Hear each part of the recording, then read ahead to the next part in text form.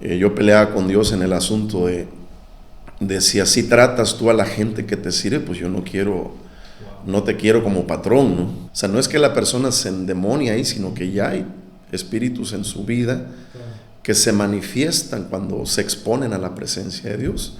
El diezmo es un acto de fe. Uh-huh. O sea, si yo diezmo con fe en mi corazón, creyendo lo que va a suceder, es ahí donde se hace efectivo. ¿Por qué llegan casos en que un pastor se suicida?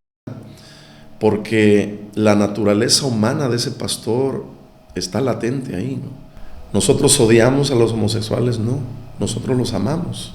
Solamente en Dios el ser humano puede encontrar plenitud. Hey, esto es Rush Podcast. Yo soy Israel Cruz. Comenzamos. Rusheros, gracias por acompañarnos en un nuevo capítulo. Hoy estoy muy contento porque me acompaña un invitado especial al que había querido entrevistar desde hace un rato. Antes, agradezco que estés ahí al pendiente de cada capítulo que subimos, que le presiones el botón de suscribirte, que compartas este video, que comentes, eso nos ayuda a seguir creciendo. Hoy está con nosotros el pastor Misael Mondragón. Pastor, bienvenido al podcast. Muchas gracias, Israel, y un saludo para todos los que nos ven, nos escuchan. Es un privilegio para mí estar con ustedes, compartir este tiempo. Gracias. Pues como lo mencioné, tenía bastante tiempo de que quiero entrevistar a un pastor.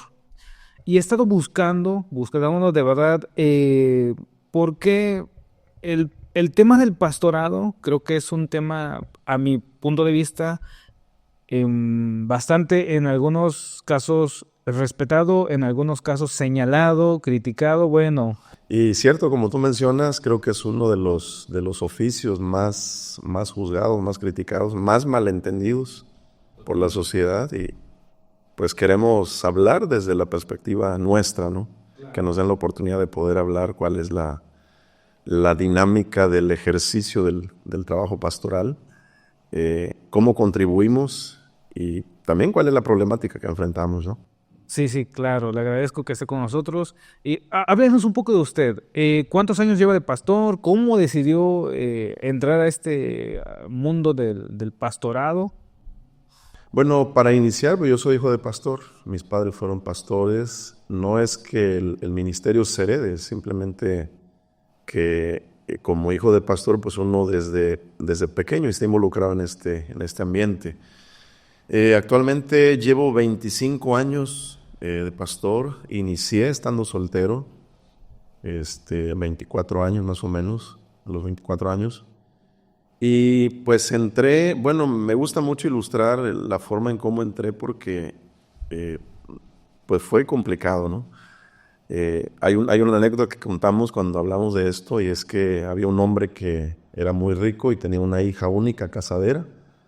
Entonces convocó a todos los solteros de la comunidad para elegir al que iba a ser su yerno, ¿no?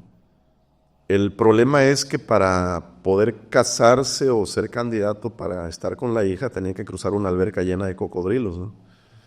Y pues todos los candidatos estaban a un lado de la alberca, pues decidiendo si se lanzaban o no.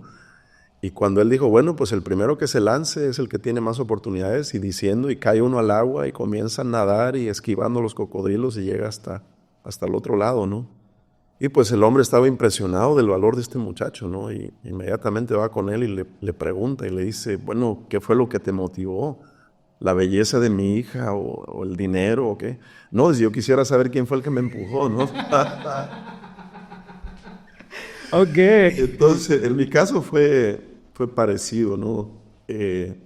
Como hijo de pastor uno vive todo el ambiente que se da en la familia pastoral, y lo que menos yo quería hacer en este mundo era ser pastor. Como tú mencionas, el oficio de pastor es de los más mal comprendidos que hay.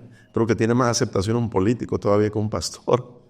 Entonces yo no quería ser pastor. Yo desde niño me forjé la idea de ser un buen profesionista, tener una carrera, estar bien con mi familia, porque aparte nosotros como familia pastoral vivimos mucha necesidad económica. Mi papá prácticamente toda su vida fue pastor en zonas rurales, entonces la condición económica era bastante precaria. Entonces yo dije, yo no quiero eso para mi familia, ¿no? Entonces fui buen estudiante desde primaria, desarrollé responsabilidad personal. Por algunas cuestiones hubo algunos problemas en la familia, tuvimos que estar un tiempo con los abuelos, pero siempre me hice responsable de mis estudios, de mi escuela, ¿no? Entonces cuando llego ya a la preparatoria, ya estaba para ingresar a la universidad cuando en un accidente que tuve ya no pude caminar por un tiempo. Me fui de cabeza en un acantilado, andaba de Boy Scout por ahí con otros muchachos. Y en ese tiempo andaba yo en mi etapa de rebeldía, ¿no? O sea, siendo hijo de pastor, parte de la secundaria, la preparatoria que estudié fuera, me convertí en un chico rebelde, ¿no? Todo lo que pasa a algún chico de su edad, ¿no? Estaba en mi etapa de ateísmo, de que mis dudas acerca de la existencia de Dios, de muchas cosas, ¿no? Entonces, en esa ocasión que estaba yo ya terminando casi de escalar esa parte del acantilado en una parte de la costa del estado de Veracruz que se llama Boca Andrea, al pisar una saliente de una parte de la roca, cuando piso se desprende y entonces me voy de cabeza de ese acantilado. Y curiosamente ahí se me quitó lo ateo, ¿no? Cuando iba de cabeza y vi que mi cabeza se iba a impactar contra una parte de la roca, ahí clamé a Dios. Y a pesar de la distancia de la caída, pues solamente me abrí un poco la cabeza y me rompí un pie. A causa de eso fue que ya no pude ir a presentar el examen, ya no pude continuar con ese proyecto de estudio en esa etapa de mi vida. Entonces tuve que regresar con mis papás y pues ahí fue donde comencé nuevamente a retomar mi relación con Dios. Ahora, yo quería esa parte de relación con Dios, pero todavía no quería yo ser pastor, ¿no? Entonces Dios fue rodeándome, fue cercándome, fue de alguna manera saliéndome al encuentro en todos los planes que yo tenía, hasta que finalmente pues tomamos la decisión, pero no fue casi por voluntad propia, sino porque las circunstancias nos fueron cercando y finalmente me cansé yo le llamo así de pelear con Dios, ¿no? Yo le dije, bueno, pues si tú quieres que yo sea pastor, voy a ser pastor. Y ahí comenzamos nuestro primer pastorado en la sierra de acá de Oaxaca, un lugar que se llama Loma de Cedro, pertenece acá al municipio de San Lucas, Ojitlán, y ahí a los 24 años comenzamos el trabajo allí. Wow. Me llama la atención algo que dice, porque eso lo he escuchado en muchas ocasiones, en infinita cantidad de personas. Cuando usted menciona, me cansé de luchar con Dios, y hay personas que dicen, es que yo sí quiero, yo siento que Dios me habla, yo siento, pero hay una resistencia a algo. Haciendo este paréntesis antes de continuar con el tema, sienten una resistencia, dicen, sí quiero algo con Dios, pero me resisto. ¿Por qué situación considera usted que se da esto? En mi caso fue, yo creo que lo que yo viví como hijo de pastor. O sea, yo decía, no quiero que mi familia viva eso, que mis hijos vivan eso. Yo sabía en el fondo de mi corazón que yo tenía un llamado, porque en sí el pastorado es un llamado. Efesios 4:11 habla de 5 ministerios, y los ministerios son personas que Dios llama. Hablando en otros términos, es como una vocación a eso. Entonces, en el fondo de mi corazón yo sabía que había ese llamado en mi vida, pero por las cuestiones que yo viví como hijo de pastor, pues yo dije, yo no quiero eso. Y creo que esa más que nada fue la batalla, la resistencia que mencionas, ¿no? Pues hasta que finalmente pues Dios nos convenció de tomar esa decisión. Ok. Uh-huh. Y hablando de... Usted tiene la experiencia de ser hijo de pastor también. He visto algunas personas que han sido o que fueron, bueno, son hijos de pastores, pero que han decidido tampoco no seguir el camino. Incluso algo totalmente distinto. Por ejemplo, está el caso de unas figuras de la música, que son unos cantantes que se llaman Jesse Joy. Jesse Joy fueron hijos de pastor. Hoy ella está casada con una mujer. ¿Y por qué también se da este tipo de situaciones cuando tuvieron una vida? Por ejemplo, son dos mundos totalmente diferentes. Usted decidió seguir la vocación del pastorado y en cambio ellos decidieron alejarse. ¿Por qué se daría este tipo de situaciones? Yo creo que influye mucho el contexto de familia, ¿no? Alguna vez escuché alguna entrevista con ella y hablaba de situaciones que se vivieron en el seno familiar, ¿no? Ahora, yo estoy consciente que cada persona tiene que cumplir con su asignación. O sea, estamos aquí en esta tierra, tenemos una asignación, tenemos un propósito de parte de Dios para nosotros. Y creo que no el hecho de que seas hijo de pastor tiene que inevitablemente terminar como hijo de pastor siendo pastor también, ¿no? Por ejemplo, yo hablo con mis hijos, pues actualmente uno de mis hijos está estudiando la carrera, se tomó 2 años para decidir qué es lo que quería hacer con su vida. Entonces hablé con él y digo, mira, tú tienes que encontrar tu asignación, tienes que encontrar tu propósito de vida. Y cuando tú descubras eso, camina sobre eso. O sea, no te sientas obligado a que tú tienes que ser forzosamente pastor, por ser, ya en este caso, él nieto de pastor también, ¿no? Entonces, él tiene que encontrar su camino. Si Dios tiene un llamado con él, en algún momento de su vida se lo va a hacer saber y también Dios deja el punto del libre albedrío, ¿no? Uno decide. En mi caso, pues yo me pude haber resistido y sabes que Dios, yo no quiero nada con eso y seguir el proyecto de vida que yo tenía, ¿no? Ahora entiendo que los planes de Dios son mejores de lo que uno piensa. Yo peleaba con Dios en el asunto de si así tratas tú a la gente que te sirve, pues yo no te quiero como patrón, ¿no?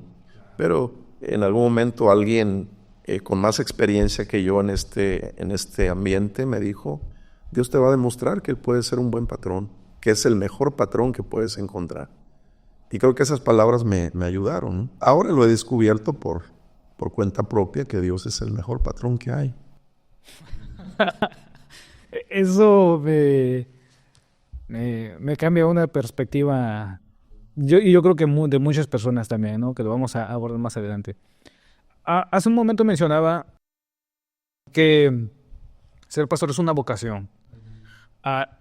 El año pasado, no, fue este año que fuimos con un amigo, Alain Luna, él nos hacía la pregunta, para ser pastor, o él hacía esta pregunta, para ser pastor se necesita un don especial, algo especial, porque hay quienes tienen el don de la palabra, hablan muy bien, se expresan muy bien, tienen dinámicas de oratoria, el don del convencimiento. ¿Es suficiente o sí se necesita algo especial para ser pastor? De hecho, se requiere nosotros le llamamos el llamado. El llamado es la vocación, ¿no? O sea, como tú mencionas, puede ser una persona que tenga las habilidades, pero si no hay un llamado de parte de Dios a esa vida, simplemente no va a lograrse el propósito. Y he conocido, por ejemplo, casos de personas que son llamadas por Dios para ser pastores, aunque no tuvieron una preparación muy adecuada, pero son efectivos en lo que hacen. Entonces creo que el llamado de Dios te da la autorización, la capacidad espiritual para poder desarrollar ese oficio, ese trabajo. Uh-huh. Ok. Ahora, perdón, bueno, aprovechando el punto, ¿no? Yo particularmente creo que una persona que ha sido llamada por Dios para el ministerio del pastorado necesariamente debería prepararse. Hay una carrera que se puede seguir, que es la licenciatura en teología, maestrías, doctorados que se pueden hacer con la intención de poder ser más efectivos en el llamado que Dios nos ha hecho. Pero nunca la preparación va a sustituir al llamado. Creo que los llamados se tienen que preparar para ser más efectivos. Ok, nunca la preparación va a sustituir a un llamado. Así es. Ok. ¿Cuál es la labor principal del pastor? Pues el pastor principalmente busca el ser un instrumento para que las personas se encuentren con Dios. Ese es en primera instancia el trabajo. El poder guiar a las personas a encontrarse con Dios. Nosotros hablamos no específicamente de una religión. Hablamos de llevar a las personas a tener una relación con Dios, porque Dios se relaciona de manera personal con el ser humano. Después de eso, hacemos un trabajo de formación. Es una persona que llega, por ejemplo, al conocimiento de Dios, viene de un estilo de vida y casi el 90% de los casos de la gente que llega al conocimiento de Dios llega a través de las circunstancias. Es decir, cuando no pudieron llevar una vida adelante, llegan con problemas en el matrimonio, con problemas en los hijos, problemas de salud, problemas emocionales, personales, y es allí donde nosotros nos convertimos en unos facilitadores para que esas personas tengan un encuentro con Dios, y también les ayudamos a transicionar de su vida de la que vienen para poder comenzar a caminar en una nueva vida. Esta nueva vida marcada por los principios de la palabra de Dios. Entonces, hacemos un trabajo de formación. O sea, ayudamos a la gente a trabajar en la formación de su carácter. Ayudamos a las personas a crecer en su vida espiritual. O sea, les enseñamos cómo relacionarse con Dios, cómo desarrollar su vida de oración, cómo estudiar la palabra para poder tomar esos principios y aplicarlos a la vida cotidiana. Porque la Biblia, a pesar de que fue escrita hace miles de años, sus principios siguen siendo de aplicación práctica en nuestro tiempo, en nuestros días. Entonces tratamos de ayudarles a que ellos tomen lo que Dios mandó a escribir hace tiempo para aplicarlos a la forma de vida actual, ¿no? Trabajamos mucho en consejería. Por ejemplo, el 90% de los casos de consejería tienen que ver, por ejemplo, con matrimonio, ¿no? Nadie nos enseña a ser esposos, nadie nos enseña a ser padres. Aprendemos a través del ensayo y el error, o por si tuvimos un buen modelo en casa, pues tenemos avance, pero si no, cometemos muchos errores. Entonces somos consejeros también, ayudamos a la restauración de la familia, del matrimonio. De hecho, por eso nosotros escogimos el nombre de nuestra congregación. Nuestra congregación se llama Integración Familiar de Tuxtepec. En este caso que estamos aquí, las demás iglesias que tenemos pues adoptan el nombre para la ciudad donde están, el lugar donde están. Porque nos interesa mucho el punto de la familia, ¿no? Creo que si la familia está bien, la sociedad va a estar bien. Claro. Creo que es el fundamento de la sociedad. Sí, totalmente de acuerdo. Entonces hacemos todo ese trabajo. Pareciera que los pastores no hacemos nada, ¿no? Pero es un trabajo 24/7, o sea, si a la medianoche, a la madrugada hay alguna necesidad que atender, hay que estar allí. Más o menos relaciona el trabajo del ministerio como el trabajo de un médico.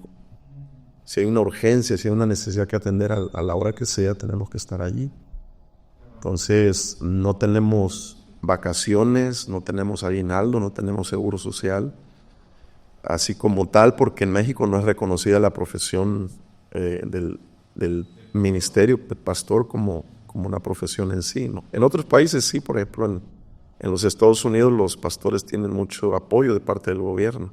En México, aquí, solamente con la ayuda de Dios salimos adelante. Okay. Sí.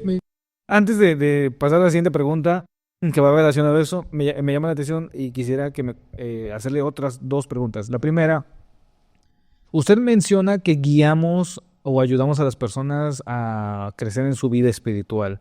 ¿Todas las personas, todas, cualquier persona que sea, tienen una vida espiritual? Así es. La Biblia menciona que somos seres tripartitos, tenemos espíritu, alma y cuerpo. Entonces, los problemas surgen cuando mal administramos cada una de esas partes. Por ejemplo, en la parte del cuerpo, si nos alimentamos mal, si ingerimos alimentos que no son saludables, vamos a tener una consecuencia, un resultado. En la parte almática de la misma manera. Los problemas emocionales surgen por las situaciones que vivimos de maltrato, de abuso, de rechazo, de menosprecio.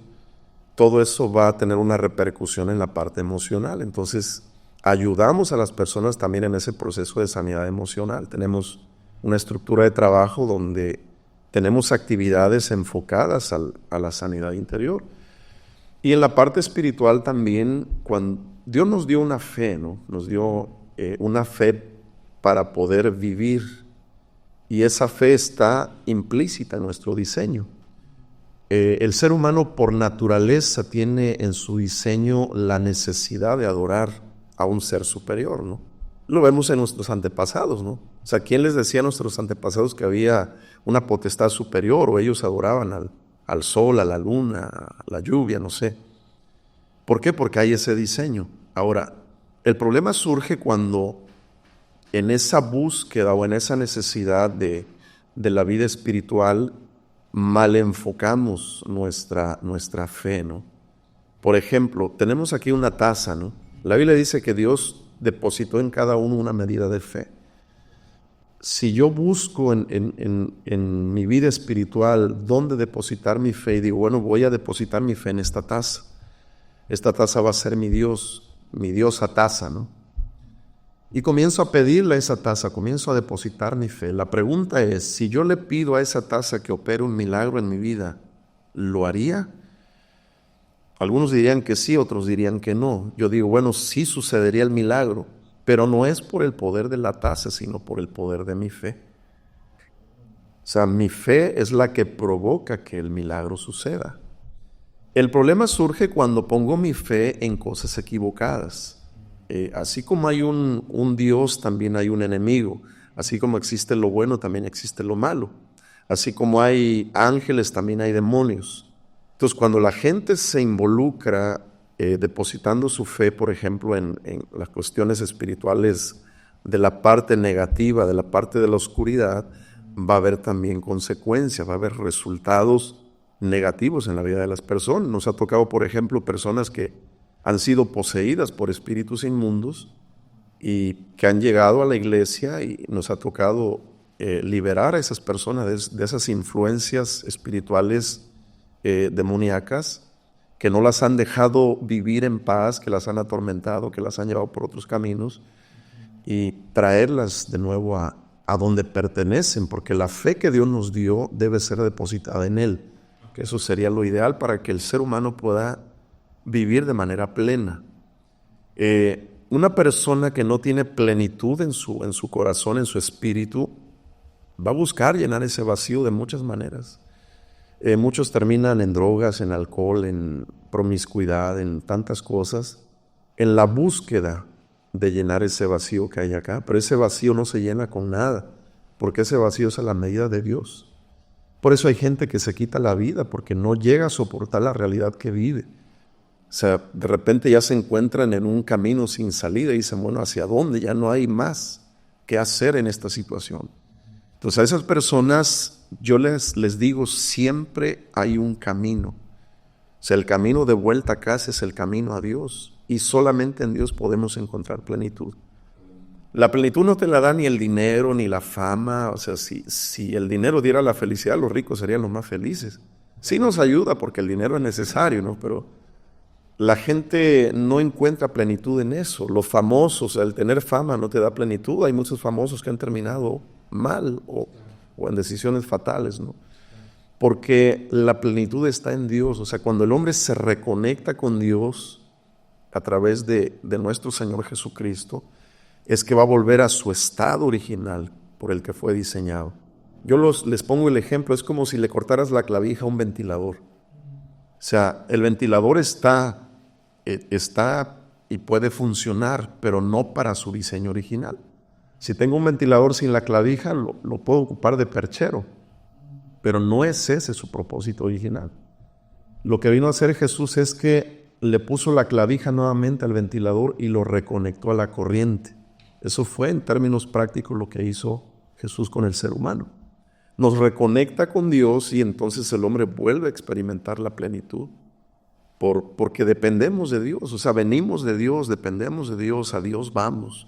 Todo lo que nuestra vida debe girar en torno a Dios, porque Él es el diseñador, el creador de nosotros. Ok. Me surgen más preguntas, ¿no? Claro. Lo que me acaba de mencionar. Pero quiero ser puntual en dos cosas. La primera, usted menciona que ha intercedido, orado por personas que han sido poseídas por espíritus inmundos. ¿Esto cómo lo logran detectar? Porque hay mucha, y haciendo este paréntesis, hay mucha controversia en, por ejemplo, si es una enfermedad mental, si es algo que tiene que ver con esquizofrenia, etc. O cuándo darse cuenta que es un espíritu. Por ejemplo, las personas que nos ven, oye, ¿cómo puedo yo saber si tengo algo de esto? Nosotros no estamos peleados con la psicología, con la psiquiatría, con la ciencia. De hecho, la ciencia es uno de los caminos más cortos para acercarnos a Dios, ¿no?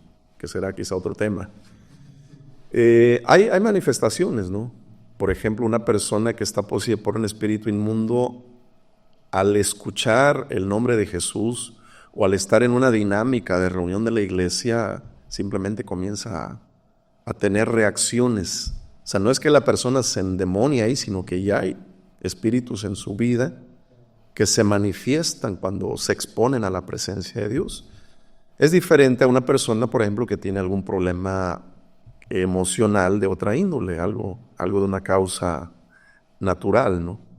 Es una persona que está en la iglesia, que no tiene reacciones adversas en contra de la presencia de Dios.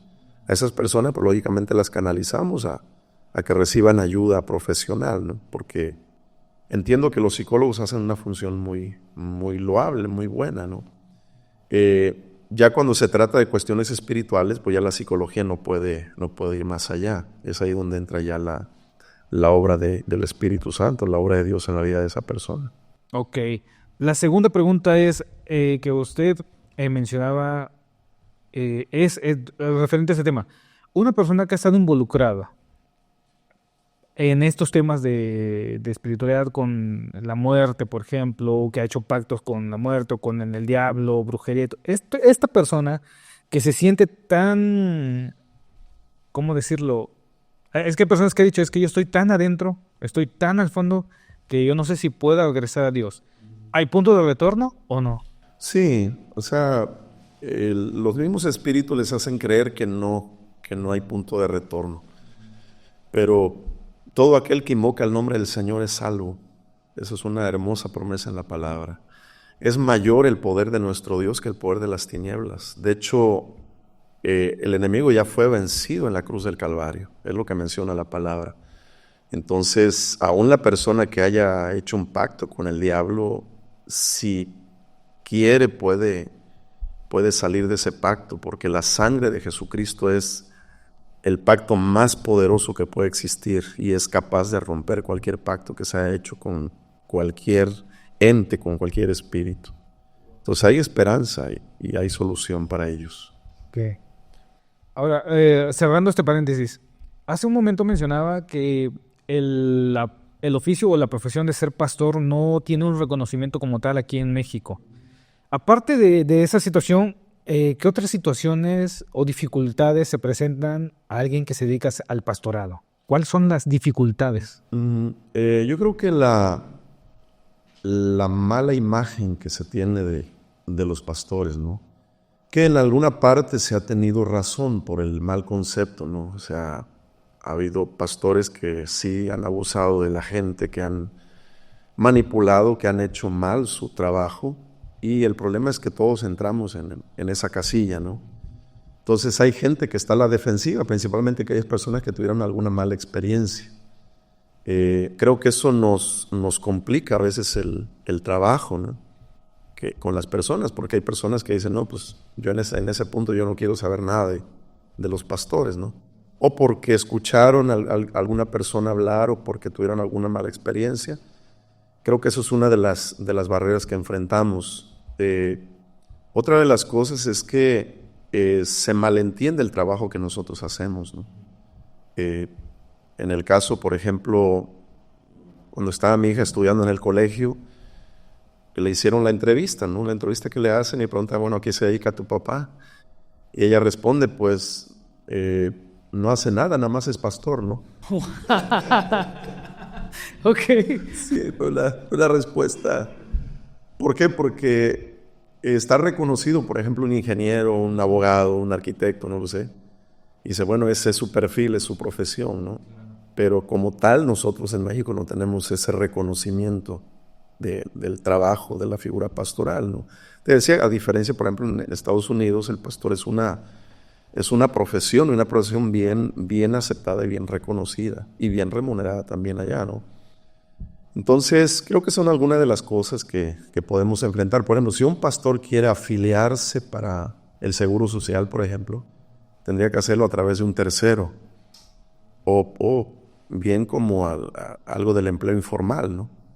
Pero así que diga, bueno, te vamos a asegurar como pastor, porque esa es una profesión reconocida, pues no se puede, ¿no? Uh-huh. Haciendo un paréntesis, o retomando este punto que dijo en Estados Unidos, me acuerdo mucho de un pastor, y creo que fue uno de los más reconocidos a nivel mundial, Billy Graham, Así es. que fue consejero de muchos expresidentes de los Estados Unidos. El arquitecto MacDiel, te mando un saludo, me mandó un documental sobre Billy Graham, que lo hizo creo que la BBC o algo así, no me acuerdo qué televisora, sobre su liderazgo. Pero es impresionante cómo era una persona, una figura muy respetada por los mandatarios, tanto que era consejero de muchos de ellos. Y aquí en México, la figura del pastor yo creo que no se le ha perdido mucha credibilidad por lo mismo que usted mencionaba, ¿no? Por malos manejos. Aparte de esto, ¿qué otras luchas se puede enfrentar? Por ejemplo, ya en su congregación hay personas que no sé, por ejemplo, he conocido pastores que han sido incluso hasta amenazados, ¿no? Porque no te metas en la vida de mis hijos, o tú quién eres para educar a mis hijos, ¿no? ¿Le ha tocado lidiar con esos temas? Sí, de hecho sí. Yo siempre he mencionado algo, a la gente no le gusta crecer, ¿no? O la mayoría de las personas, ¿no? Entonces, cuando llegamos a Cristo, trabajamos en la parte del crecimiento del carácter. A la gente le gusta la comodidad, ¿no? O sea, sacarlo de su zona de confort a veces genera complicaciones, ¿no? En el caso nuestro, por ejemplo, cuando llega alguna persona, a veces casi siempre las mujeres son las primeras que buscan la ayuda de Dios. Llega la esposa, por ejemplo, a la iglesia. Al llegar a la iglesia, lógicamente va a enfrentar resistencia de parte de su esposo. Nosotros siempre aconsejamos a las mujeres que llegan solas, siempre considerar el respeto a su esposo. Decir, bueno, si vas a venir a la reunión, tenemos la reunión los domingos a las 10 de la mañana.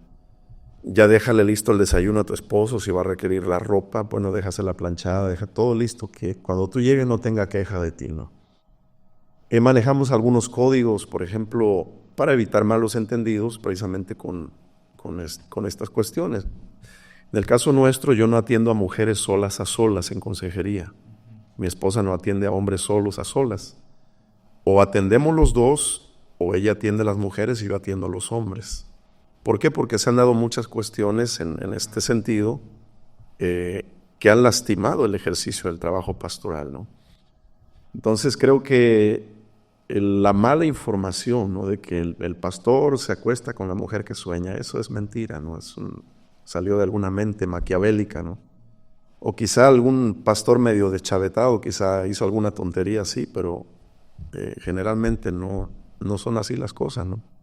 Yo tengo mi esposa, tengo mis hijos, eso nos convierte también en un escudo el uno para el otro, ¿no? Entonces creo que la mala imagen es lo que a veces genera resistencia con el trabajo que hacemos, ¿no? O sea, nuestro trabajo es ayudar a las familias. Como te mencionaba al inicio, trabajar en la restauración del matrimonio.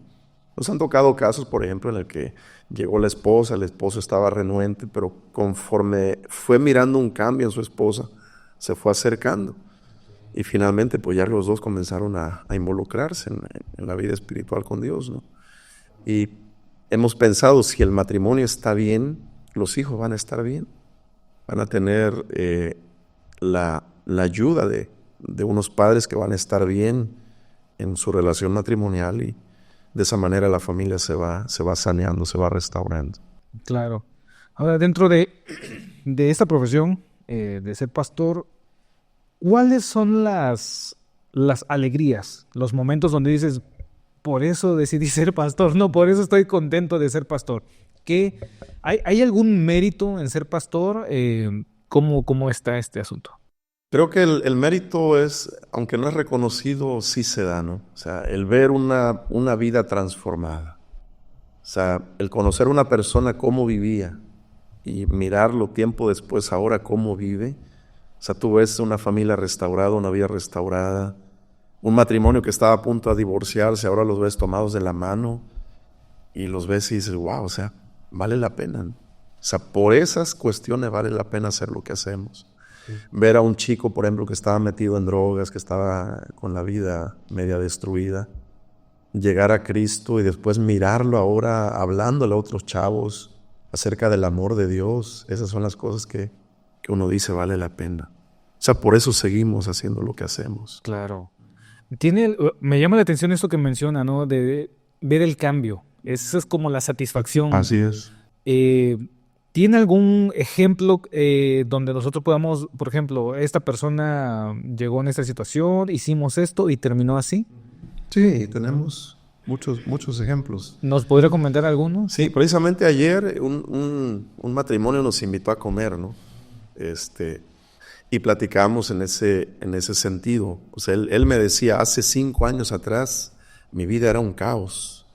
Estaba yo mal con mis hijos, estaba yo mal emocionalmente. Esa persona sufría mucho de trastornos depresivos, trastornos de ansiedad. Él viene del alcoholismo, viene de la drogadicción. Le ayudó un poco el Alcohólicos Anónimos. Dice, pero yo necesitaba algo más. O sea, aunque sí logré salir del alcoholismo, pero había algo, una necesidad interior que no veía por dónde, ¿no? Entonces, ellos llegaron a la iglesia, comenzaron a seguir la secuencia que tenemos de la línea de crecimiento. Y Dios comenzó a hacer una obra especial en ellos. Y ahora, ayer verlos felices, ¿sabe qué, pastor? Ahora mi hijo todos los días me habla y me dice, te amo. Dice, cuando antes ni en cuenta me tomaba o me malveía por toda la vida que vivimos con su mamá, ¿no? Entonces, es un ejemplo práctico de lo que Dios puede hacer. Wow, increíble, ¿no? Creo que sí debe ser una satisfacción muy, muy grande, ¿no? El poder ver transformar a alguien. Yo lo vi con mi papá, por ejemplo. Mi papá falleció hace 18 años, pero tuvo una transformación al momento que se acercó a una iglesia, por ejemplo. Se acercó a la iglesia, generalmente fue un buen padre, pero nunca vimos que tuviera un gesto de cariño con mi mamá. Fueron los últimos años de vida donde fue una transformación radical. Entonces creo que sí es algo bastante. Sí, es algo que funciona. Dios funciona. Eso es bueno Sí. saberlo. En cuanto a esta labor también de pastoral, tuvimos la oportunidad creo que sí fue ahí, con una diputada, donde usted mencionaba que la iglesia es coadyuvante con el gobierno en cuanto a la construcción de la paz. Así es. Y eso me llamó mucho la atención. Yo no lo había visto de esa forma. Normalmente el gobierno promueve acciones que generen o incentiven a la paz, ¿no? Como del deporte, ese tipo de cosas. Pero me llamó mucho la atención la participación o la aportación que usted mencionaba respecto a que nosotros también como iglesia, lo mencionaba usted, somos también coadyuvantes con el gobierno. Así también es. ayudamos a construir la paz. ¿De qué manera? Bueno, lo logramos a través de un cambio de vida en las personas, ¿no? O sea, si una vida es alcanzada por Dios, no solamente se cambia el entorno de esa vida, sino el entorno de la familia. Entonces, una persona que llega al conocimiento de Dios, que se forma en los principios de la palabra de Dios, es una persona que tiene un cambio de vida y por lo tanto se convierte en un generador de cambio en su entorno. Creo que la mayoría de la delincuencia surge de un entorno familiar dañado. O sea, hay estadísticas que hablan de eso, ¿no? O sea, un delincuente se forma desde casa. Entonces, cuando nosotros logramos establecer la palabra de Dios en el seno familiar, esa parte de la familia se convierte en un agente de cambio para su entorno. Recuerdo que un día poníamos las estadísticas precisamente con un presidente municipal, ¿no? O sea, lo que las iglesias logramos en cuanto al cambio social, en cuanto a la paz social, comparado con los programas del gobierno municipal, ¿no? Que no son malos, es bueno. Yo siempre he dicho, todo lo que suma es bueno. Entonces, lo hemos hecho con recursos propios. Gracias a Dios, ahorita ya el gobierno se ha aperturado más a apoyar a las iglesias, a considerarlas en su proyecto de gobierno, porque se han dado cuenta que no somos minoría y que no somos personas problemáticas, sino que buscamos siempre el estar mejor como sociedad, ¿no? Si nosotros logramos establecer la palabra de Dios en el corazón de todas las personas, imagínate cómo sería nuestra sociedad. Hay casos, por ejemplo, en el pueblo donde yo nací, un pueblito que se llama Arroyo Grande II, en el estado de Veracruz. En esa comunidad, la mayoría de las personas son creyentes de Dios. Entonces, en ese lugar no hay cantinas, no hay bares, no hay problemas de alcoholismo con la gente, no hay delincuencia, no ha habido un solo homicidio en el tiempo de fundación del pueblo. Y es un lugar que hasta el ambiente natural, tú entras y se percibe la paz, no sé, algo diferente a otros lugares, ¿no? Tenemos casos, por ejemplo, hay un lugar en Guatemala, ¿no? Igual de una pequeña ciudad que prácticamente el 90% de sus habitantes son convertidos al Señor y tuvieron que cerrar la cárcel municipal porque ya no hay delincuencia, ya no hay... O sea, se erradicó la maldad del lugar, ¿no? Entonces, la palabra es un agente de cambio. Y gracias a Dios que ahora los gobiernos están volteando a mirar a las iglesias y las están considerando también como un agente de cambio dentro de su proyecto de gobierno. Es muy importante y creo que lo que hablan son los hechos, ¿no? Los resultados, porque se han visto, ¿no? Conforme a lo que usted me comenta. De hecho, hay una universidad que hizo un estudio referente a los efectos de leer la Biblia y mencionaba que reduce el estrés, reduce incluso el consumo de pornografía, reduce lo que tiene que ver con el enojo, la ira. Este estudio me llamó mucho la atención. ¿Usted ha logrado ver estos efectos plasmados en la vida de las personas? ¿O qué nos podía comentar referente a este estudio que se realizó? Sí, de hecho sí. Por ejemplo, hemos estado en funerales de gente no creyente y en funerales de gente creyente. Y aunque lógicamente el dolor de la pérdida de un ser querido está latente, está presente, pero es muy diferente la forma en cómo se afronta un momento como la muerte de personas no creyentes a personas creyentes. Si hablas con una persona creyente que murió un familiar, dice, no, yo estoy en paz porque sé que mi ser querido está en un lugar mejor, está con Dios, y eso genera esperanza, y esa esperanza trae paz, ¿no? Ahora, en lo que fue el tiempo de pandemia, creo que el soporte de la palabra de Dios en la vida de las personas fue medular para poder superar todas las consecuencias que vinieron como efecto de la pandemia, ¿no?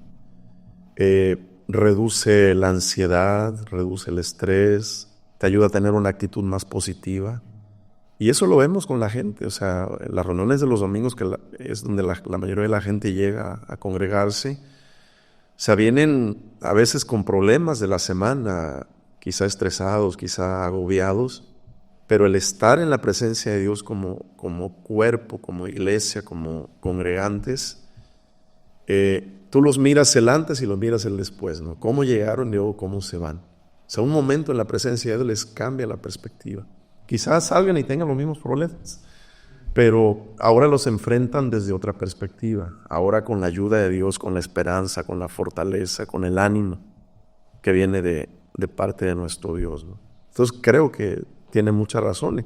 Y gracias a Dios que es un estudio comprobado. Sí. Hablando en términos científicos, o sea, es un estudio comprobado con una universidad de prestigio.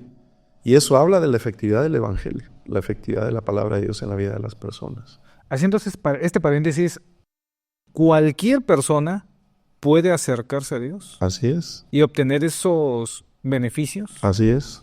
Ok. Ahora, hay un tema muy polémico en los últimos, yo creo que de los últimos años, y a nosotros nos ha tocado también escucharlo y enfrentarlo, sobre lo que tiene que ver con el negocio. ¿A qué voy? Muchas personas consideran que la religión se ha vuelto un negocio, como que es el negocio. Y yo lo he escuchado infinidad de veces, ¿no? Bueno, si tienes algún problema económico, vuélvete pastor o hazte pastor, porque es como que un dinero garantizado, ¿no? Simplemente le digo que a las personas que Dios las va a sanar y les pido un dinero, O porque también nos ha tocado ver en diferentes ocasiones videos en las redes donde hay pastores o personas que piden dinero, ¿no? Como siembra tal cantidad y Dios te va a bendecir, te va a... Ese tipo de situaciones. ¿Qué opina de esto? Desafortunadamente se da, ¿no? Yo he dicho siempre que el mal está en todos los medios. En todo donde tú te muevas está el mal. Se han hecho malos manejos, sí, y inevitablemente pues pasamos todos a la báscula, ¿no? Por esas cuestiones. Es fácil caer en la manipulación, y para eso, bueno, en lo personal, continuamente yo hago una introspección. O sea, ¿con qué motivación yo sirvo a Dios? Esa pregunta me la hago continuamente. O sea, ¿cuál es mi motivación hoy para servir a Dios? Si mi motivación es el dinero, entonces voy a tratar de utilizar lo que hago para obtener un beneficio, ¿no? Ahora, tenemos que hacer la distinción, ¿no? La Biblia dice, el que sirve al altar, del altar come. Lo vemos en el Antiguo Testamento, la tribu de Leví, que era la encargada de toda la administración del tabernáculo y de los sacrificios, recibían de parte del resto de las tribus para la provisión de ellos, ¿no? En mi caso, pues yo estoy dedicado de tiempo completo al servicio a Dios. Aparte, pues tenemos un negocio y hacemos algunas cosas para ir ayudándonos, ¿no? Pero sí ha habido casos donde pastores han abusado de las personas, de la buena fe, ¿no? De las personas, para tener un beneficio económico personal, ¿no? Desafortunadamente sí es un problema latente que se da. Pero ahí es donde nosotros tenemos que hacer conciencia, ¿no? Como yo te decía al inicio, tenemos un llamado de parte de Dios. Nuestra recompensa viene de Dios. Dios al que llama le provee, al que llama lo sostiene. De una manera o de otra Dios va a proveer. Hemos tenido muchas experiencias de milagros de provisión que Dios ha hecho con nosotros, ¿no? Y no necesitamos abusar de la gente. ¿Por qué? Porque nuestro patrón es Dios. Y de alguna manera Él va a provocar las cosas para que nosotros tengamos lo que necesitamos, ¿no? Recuerdo mucho una experiencia que tuvimos, era como fin de semana, y teníamos que cubrir la renta de la casa, ¿no? Y mi esposa se acercó conmigo y me dijo, oye, tenemos que pagar la renta mañana. Le digo, no te preocupes, Dios se va a encargar de lo nuestro. Nosotros no estamos haciendo cargo de hacer la obra que Él nos llamó a hacer. Él se va a encargar de nuestras necesidades. Y al otro día recibimos una llamada de una persona que no conocíamos de los Estados Unidos. Y nos dice, miren, ustedes no me conocen a mí. En mi trabajo yo conozco una persona que los conoce a ustedes. Dice, yo desde el día de ayer tenía una inquietud en mi corazón de mandar un apoyo para algún pastor en México.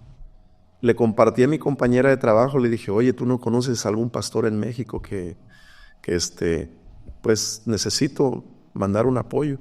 Dice, no, pues sí conozco a estos pastores. Dice, entonces me dio su número, entonces me comunico con ustedes para decirles que Dios puso en mi corazón que yo tenía que enviarles esta ofrenda, ¿no? Ya te imaginas para nosotros el impacto, ¿no? O sea, ahí es donde yo miré la fidelidad de Dios. Entonces, cuando uno tiene la confianza puesta en Dios, no necesitas manipular a la gente. Nosotros tenemos, por ejemplo, en la iglesia, lógicamente nos sostenemos, parte de nuestro sostenimiento tiene que ver con las ofrendas de los congregantes, pero nunca es impositivo. O sea, se les enseña, se les motiva, pero nadie está impuesto a hacerlo. Si alguien lo quiere hacer, va a ser de corazón, porque esa es la ofrenda que realmente agrada a Dios. O sea, la Biblia dice que tenemos que dar con alegría, y la alegría no puede venir de un corazón que está motivado por la imposición. Entonces creo que damos porque Dios nos ha dado, porque Dios ha sido muy bueno con nosotros, porque Dios ha sido generoso con nosotros. Y el dar es un acto voluntario y un acto espontáneo. Pero sí se puede caer en la manipulación, y desafortunadamente se ha habido casos donde el ministerio gira en torno a lo que es el dinero, ¿no? Y desafortunadamente a todos nos encasillan en eso, ¿no? Pero no necesariamente es así. O sea, hay pastores que realmente están haciendo el trabajo y lo están haciendo por amor a Dios. Y Dios de alguna manera se encarga de las necesidades. Claro. Y, por ejemplo, nosotros como personas, como asistentes, las personas que nos ven, que dicen, ¿sabes qué? Yo no voy porque solamente piden dinero. Yo no voy porque solamente piden el diezmo. ¿Cómo podemos detectar cuando la persona que está al frente sí está haciendo una labor, ¿cómo decirlo?, honesta, o cuando realmente es alguien que está solamente por el dinero? Uh-huh. Yo creo que cuando se condiciona la obra de Dios, sabes que si no das, Dios no te va a hacer el milagro. Si no das, Dios no te va a bendecir. Creo que cuando hay esas condicionantes es cuando ya hay una persona que está entrando en el terreno de la manipulación, ¿no? Yo creo firmemente que el dar genera bendición a nuestras vidas. Yo soy testigo personal de ello, ¿no? Yo les comparto mis experiencias, mis testimonios a las personas de lo que Dios ha hecho con nosotros cuando nosotros damos. Y algunas personas que se motivan también eso, ¿sabe qué? Pues yo también quisiera compartir lo que sucedió en mi vida cuando yo hice esto. Pero no es que si tú no das, Dios no te va a sanar o Dios no te va a bendecir, ¿no? O sea, ese terreno es peligroso, ¿no? Entonces, cuando se condicionan las cosas de Dios, es allí donde se prende el foquito, ¿no? O sea, Dios ya nos bendijo, dice la palabra, con toda bendición espiritual en lugares celestiales con Cristo. El dar es un acto de generosidad del corazón y el principio funciona en todo. Yo conozco personas que no son asistentes a una congregación, pero que donan parte de su salario o de sus ganancias a personas o a organizaciones y son bendecidas porque es un principio funcional, un principio universal que funciona. Okay, como el diezmo también, por ejemplo, porque yo he escuchado mucho, ¿no?, el tema del diezmo y muchas personas dicen, no diezmes porque eso se lo gasta el pastor. Y otras personas que dicen, no, yo una vez, de verdad yo he visto en TikTok, ¿no? Yo empecé a diezmar y me empezó a ir bien. ¿Cuál es la verdadera razón detrás del diezmo? El diezmo es un acto de fe. Uh-huh. O sea, si yo diezmo con fe en mi corazón, creyendo lo que va a suceder, es ahí donde se hace efectivo. Lo que te menciono, o sea, cuando es por imposición, no funciona. Porque la gente entonces no lo hace con alegría de corazón, ¿no? Tampoco es impositivo, tampoco debe ser impositivo, ¿no? O sea, si tú lo haces y te funciona, qué bien. Y quizás esa persona platica con otra persona y dice, mira, a mí me funcionó esto. Y lo hacen y le funciona. Entonces, cuando es un acto de corazón, un acto de la voluntad, un acto de fe, es cuando se va a mirar un resultado. Ahora, yéndonos un poquito a otro tema, preguntas que normalmente o preguntas que muchas personas se hacen referente a los pastores. Y esto lo vi desafortunadamente hace unas 3 semanas, un amigo mío que fue pastor tuvo un accidente. Se estrelló contra una camioneta y perdió la vida. Entonces uno de los comentarios me llamó mucho la atención. Dice, ¿cómo es posible que falleció? No se supone que Dios los cuida. Porque pues en la noticia decía, pastor evangélico muere en accidente, ¿no? Bien amarillista. Entonces, muchas personas tienen esas preguntas. ¿Por qué los pastores o por qué las personas que creen en Dios se enferman? ¿Por qué hay incluso pastores que han llegado a hacerse daño, a quitarse la vida? ¿Por qué sucede? Bueno, en primera porque somos seres humanos. Y las cosas malas nos suceden a todos, al que hace bien y al que hace el mal. Por ejemplo, en la Biblia tenemos el caso de un personaje llamado Job, ¿no? Que de la noche a la mañana lo perdió todo. Murieron sus 10 hijos, perdió toda su hacienda. Prácticamente quedó en la bancarrota de un día para otro, ¿no?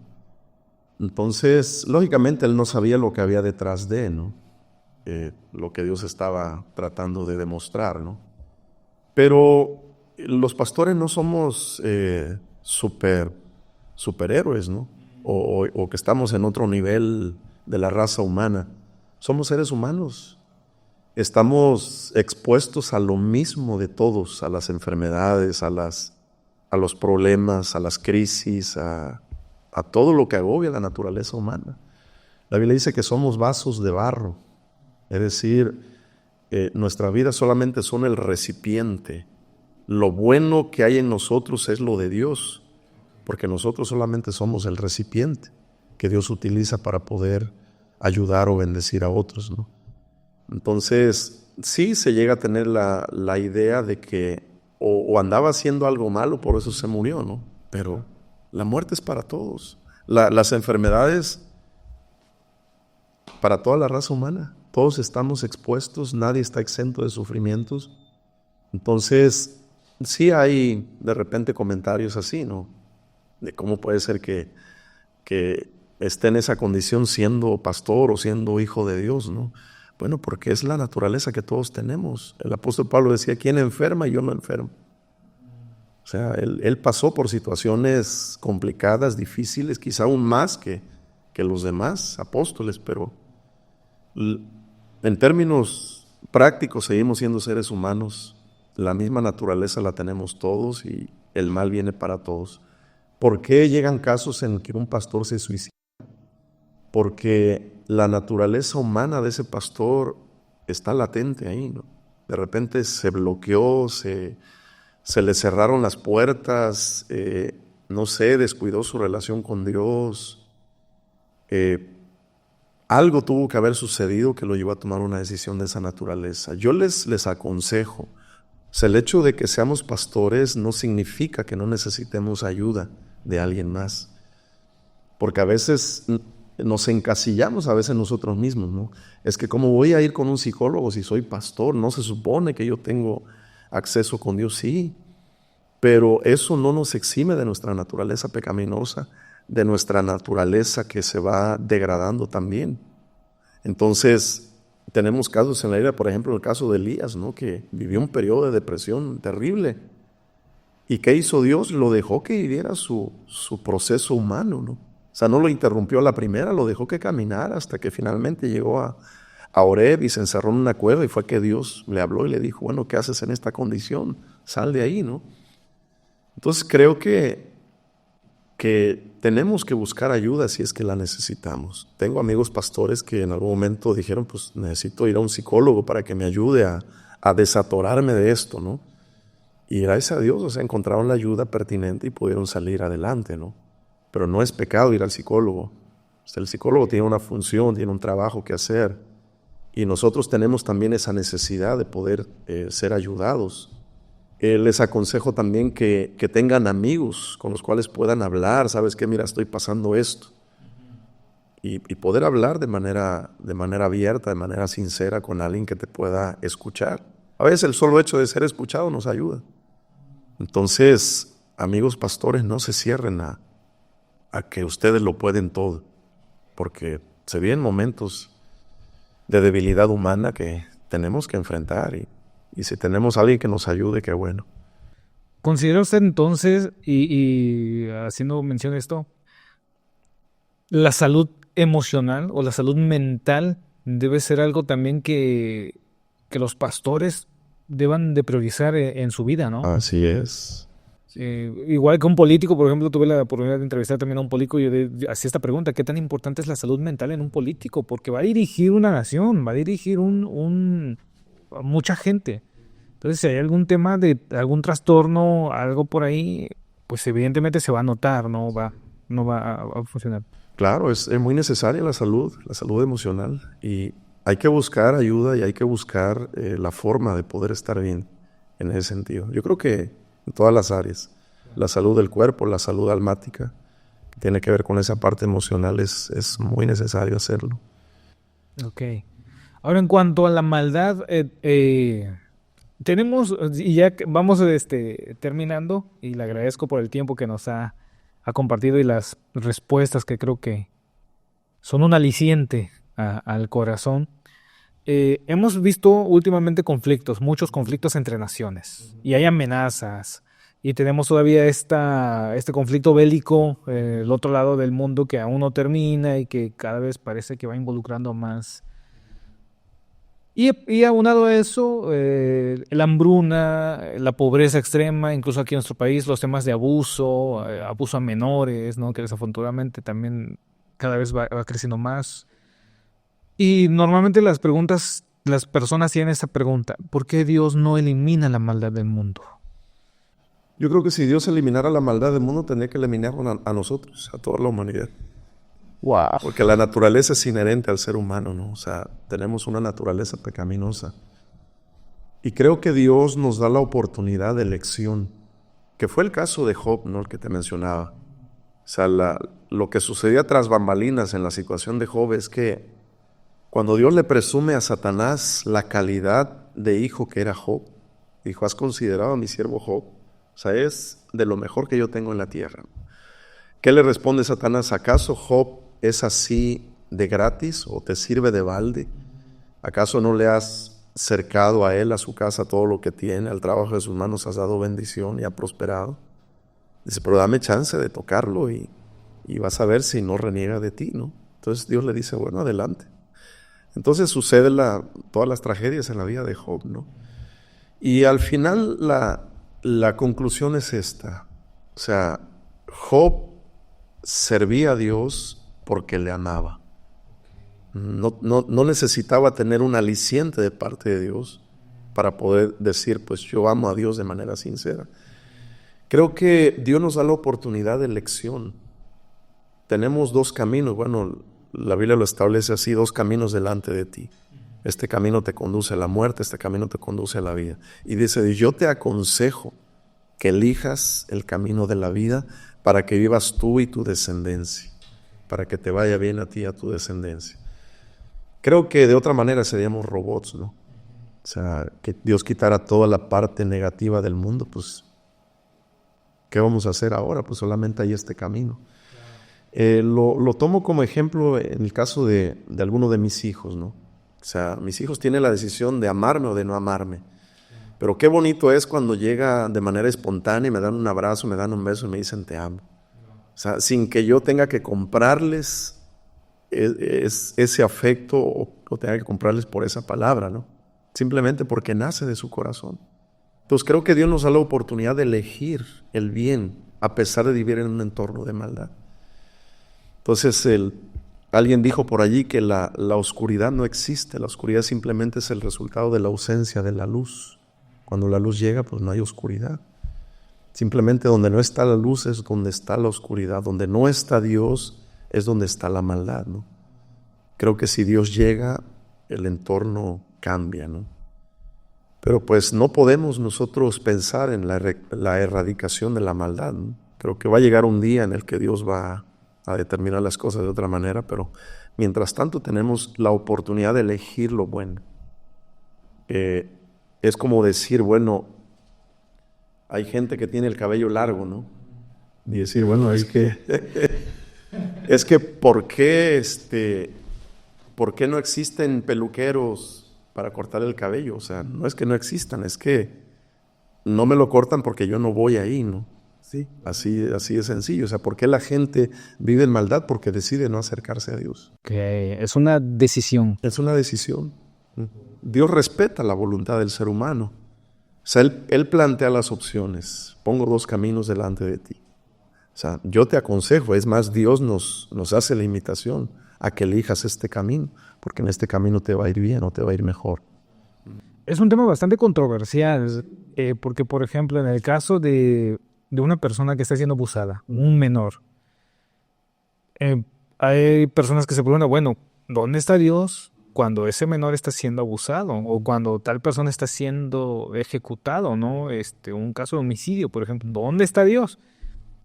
¿Y ese tipo de preguntas tienen respuesta? Desde el punto de la víctima, no. O sea, dirías, bueno, ¿por qué me sucedió esto? Lógicamente hay un responsable de eso y no es Dios.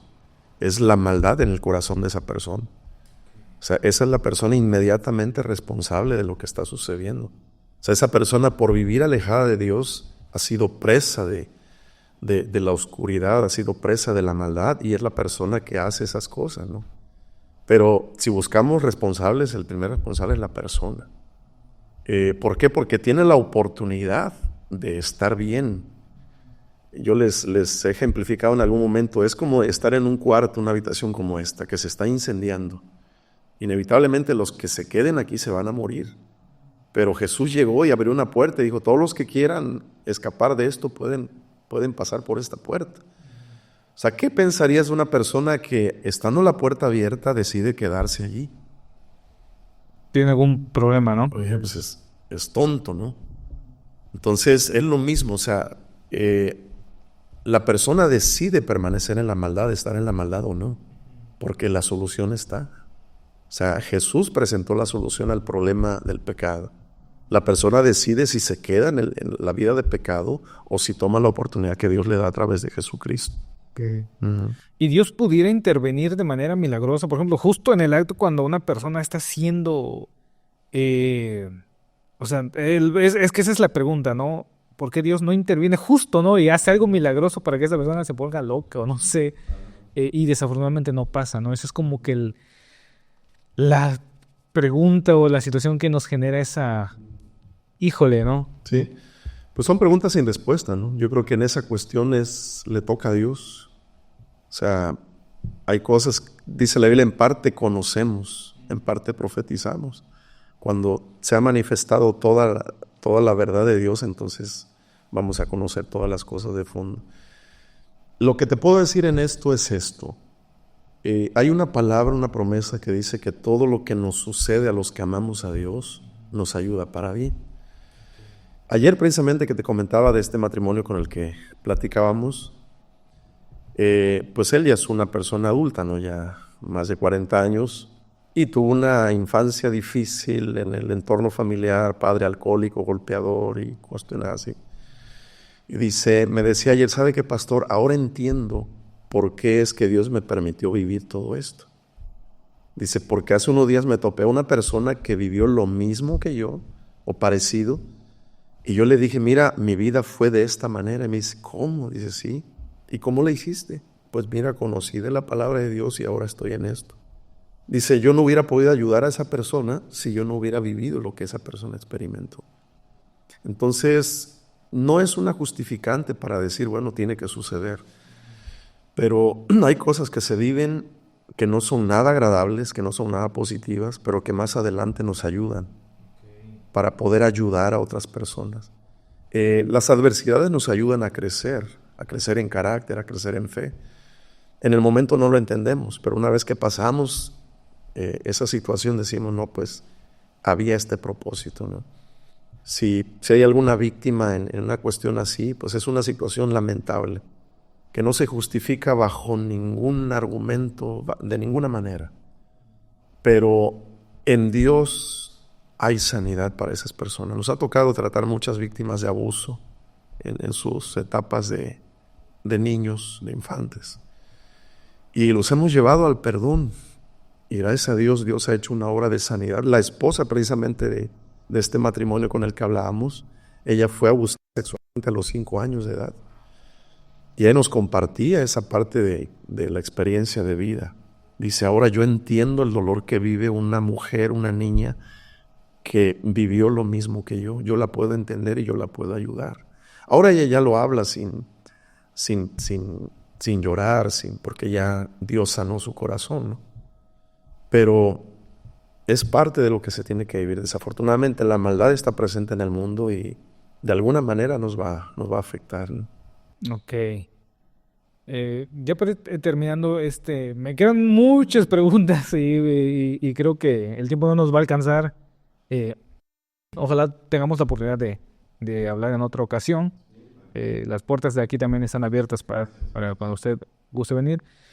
El tema de la homosexualidad está muy latente ahora, ¿no? Tenemos leyes que protegen, leyes que están a favor de las minorías, todas las empresas están a favor de la mentalidad abierta, de la diversidad de géneros, pero siempre hay una resistencia y la mayoría de esa resistencia viene por parte de temas religiosos, por parte de comunidades religiosas, por parte de este tipo de sectores.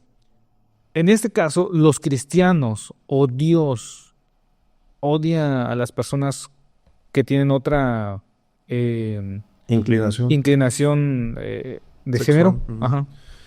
La Biblia dice que Dios nos amó estando muertos nosotros en nuestros delitos y pecados. ¿Dios odia a los homosexuales? No. ¿Nosotros odiamos a los homosexuales? No. Nosotros los amamos. Ellos también tienen oportunidad con Dios. En lo que yo no estoy de acuerdo es en la imposición de la ideología. O sea, que nos quieran imponer que tiene que ser de esa manera, ¿no? Por ejemplo, la ley de las infancias trans, ¿no?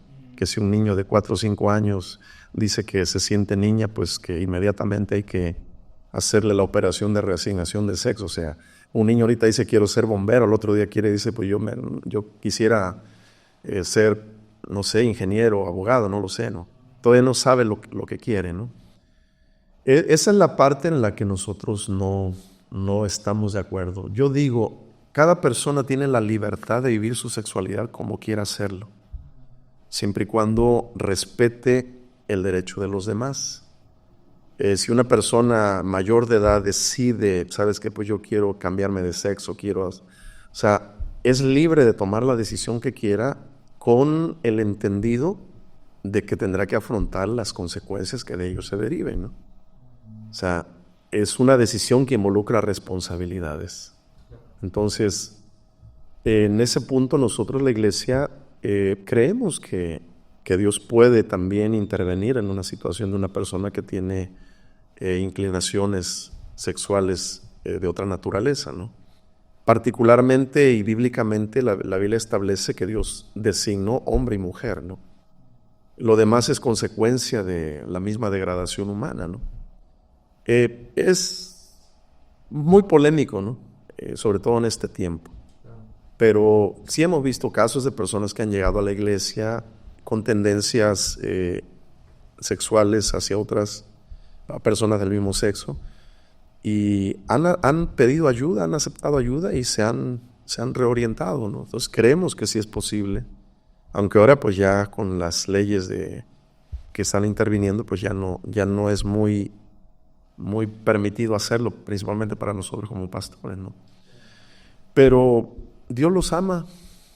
O sea, cuando la Biblia dice que Dios nos amó estando nosotros muertos en nuestros delitos y pecados, es decir, nos amó estando en la condición que estamos. Desde ahí nos ama. El amor de Dios no cambia por nosotros. Hagamos el bien o hagamos el mal, el amor sigue presente. El bien que hagamos va a tener un resultado en nuestra vida, el mal que hagamos va a tener consecuencias en nuestra vida. Y esa factura la tenemos que pagar nosotros. Conocemos casos de gente que de hecho hay un testimonio que ha sido muy viral en las redes de una persona que fue transexual, o sea, se cambió de sexo, que vivió casada con una persona del mismo sexo, que después conoció de Dios y nuevamente él volvió a su identidad original, ¿no? Y él habla de que es posible hacerlo, ¿no? Entonces, es un tema que se queda sobre la mesa así muy... Porque sí, es un tema que genera mucha polémica, ¿no? Claro. Sobre todo con la presión que ejercen ahora mucho los medios, la política y todo, ¿no? Claro. Y por ejemplo, por el tema de la mayoría de estas personas pudieran argumentar, bueno, ¿pecado de qué? Si yo nací así, ¿no? Si fue una elección simplemente, yo no le hago daño a nadie, ¿por qué se consideraría que es un pecado, no? Romanos capítulo 1 habla de parte del origen. Dice que principalmente enfoca dos cosas. El humanismo, cuando el ser humano dice que se sintió ser superior a Dios, y habla de la idolatría, cuando las personas adoraron a las criaturas antes que al Creador. Y ahí viene una consecuencia, dice, por eso Dios los entregó a pasiones desordenadas, donde perdieron el uso natural y utilizaron el uso que es contra la naturaleza. Yo creo que hay diversas causas por las cuales una persona tiene inclinaciones hacia personas del mismo sexo o hacia otras de las variantes que hay ahora, ¿no? Muchos casos son por abuso sexual. O sea, nos hemos topado personas que son homosexuales y platicando con ellos en su infancia sufrieron abuso sexual. Entonces, desde ahí se abrió una puerta y ahí comenzó, ¿no? Personas, por ejemplo, que tuvieron un padre muy dominante o una madre muy dominante, también hemos visto que han generado ese tipo de conductas, ¿no? Y hay algunas personas, me he topado una persona que ha dicho, bueno, es que yo desde niño sentí esta inclinación. Entonces creemos que ahí es una parte genética, ¿no? O sea, la genética se va degradando a causa del pecado y entonces va teniendo resultados, lo que menciona Romanos capítulo 1, que ya en su casa pueden leerlo bien con calma y les puede dar un poco más de luz acerca de precisamente de esos casos, ¿no? Claro. Bueno, este es un tema bastante polémico y creo que un debate para muchas horas, ¿no? Por último, quisiera hacerle esta pregunta. Ahora entiendo que los cristianos no están peleados, ¿no? No están peleados ni con la ciencia, creo que ni con otras religiones, pero he escuchado esta frase y yo la he compartido en algunos momentos, porque yo he tenido un conflicto también con muchos cristianos o con algunos pastores. Es esta frase que lo decía un pensador muy famoso, el problema no es Jesús, el problema son sus seguidores. Porque yo me he topado con mucho fanatismo, por ejemplo, personas muy radicales, de pensamiento muy radical. Y también esta frase que decía, los cristianos son el único ejército donde matan a sus propios soldados. ¿Por qué? ¿Esto es así? ¿Qué nos podría comentar al respecto? El problema es que el único perfecto en la ecuación es Cristo, ¿no? Por eso dice, el problema no es Cristo, porque Cristo es perfecto. El problema somos los seres humanos, ¿no? La Biblia dice, Dios hizo al hombre bueno, pero ellos buscaron sus propios males. Entonces, en este tema, no existe la perfección en ninguna institución. Por decir, bueno, es que tuve una mala experiencia con un maestro, ya no voy a la escuela, ¿no? O sea, descalifico a toda la escuela por la acción de un maestro, ¿no? Entonces, ese pensamiento ha estado latente en mucha gente, ¿no? Bueno, es que tuve una mala experiencia, ya no voy a la iglesia. La iglesia es un buen lugar para estar, para congregarse, si lo hacemos con el corazón correcto, con la intención correcta, ¿no? Creo que, bueno, desde Jesús, siendo el líder perfecto, tuvo problemas con sus seguidores, ¿no? Sí. Para Jesús algunos eran falso profeta, hasta el día de hoy, para los judíos sigue siendo eso, para otros fue bendición. Algunos lo alabaron hasta lo sumo, otros lo descalificaron completamente, ¿no? Pero creo que mientras estemos en esta vida va a seguir sucediendo eso, ¿no? Somos seres imperfectos, vamos a la iglesia o nos congregamos porque necesitamos de Dios. Platicaba con una persona y decía, bueno, voy a ir a la iglesia cuando ya esté bien, ahorita estoy haciendo cosas muy feas. Y bueno, es como si quisieras ir al médico cuando estás sano. O sea, ¿por qué vas a ir al médico? Porque necesitas la ayuda del médico. ¿Por qué buscamos de Dios? Porque lo necesitamos. Necesitamos su ayuda para poder vivir cada día, para poder caminar de la manera que tenemos que hacerlo, ¿no? Creo que en esta frase resumimos eso. No podemos ser perfectos, pero intentemos ser correctos. Ok. O sea, la perfección no se logra en esta tierra, pero podemos disponernos para buscar ser correctos en lo que hagamos. Creo que de esa manera podemos lograr más. Pastor Misael, me dio mucho gusto que estuviera con nosotros. ¿Alguna recomendación final, algo que le quiera decir aquí a los rocheros? Bueno, pues acérquense a Dios. Dios funciona. Ha sido comprobado a lo largo de toda la historia. Por cuestiones que hayan sucedido, no descalifiquen. Hubo un consejo que Jesús le dio un día a sus seguidores, porque había el conflicto igual como lo existe hoy, ¿no? Los religiosos de su tiempo con él. Les dijo a sus seguidores, hagan lo que ellos dicen, no hagan lo que ellos hacen. ¿Por qué? Porque la palabra es buena. O sea, la palabra que ellos hablaban era buena. Lo que ellos hacían era lo que Jesús condenaba. Entonces, Dios no está peleado con ustedes, Dios les ama. Acérquense a Dios. Solamente en Dios el ser humano puede encontrar plenitud. Aprovechen estas fechas donde de repente, bueno, hacemos una recapitulación del año y decimos, bueno, este año quiero ya comenzar a hacer cosas diferentes. Consideren a Dios en sus planes. Y en lo personal yo les puedo decir funciona. Ok. Me gustaría que para finalizar, que pudiera, no sé si hacer una oración o algo para quienes nos ven. Este capítulo va a quedar para la posteridad y creo que sería muy bueno. Claro, sí, con todo gusto. Sí, vamos a hacer una oración. Padre, en esta hora nos acercamos a ti Para quien esté mirando este podcast, yo te pido que tu bendición esté con esa persona. Si está pasando por momentos difíciles, te pido que le des esperanza, que le hagas sentir que no todo está perdido.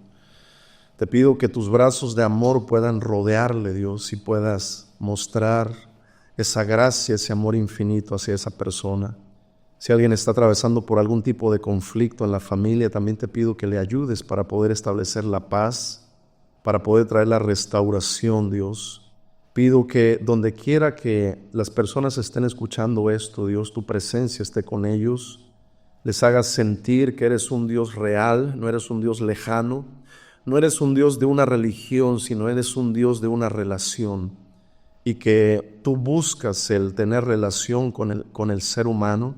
Te pido que ahí donde se encuentra, Señor, tu presencia se haga manifiesta, pueda ser una realidad en su vida y pueda experimentar ese amor, esa paz en su corazón. Bendigo su vida y que tus manos estén con él para sostenerle, para ayudarle en todo lo que está necesitando de ti, Padre. En el nombre de Jesús te lo pido y te doy gracias. Amén. Pastor Misael, muchas gracias. Muchas gracias por la invitación y por tocar estos temas tan necesarios, tan polémicos, pero tan necesarios. Espero, pues, de alguna manera haber aclarado algunas dudas y estamos para servirles. Totalmente. Creo que también va a ser de mucha ayuda para quienes nos ven. Muchas gracias. Muchas bendiciones para todos. Bye. Gracias por escucharme. Yo soy Israel Cruz. Chao.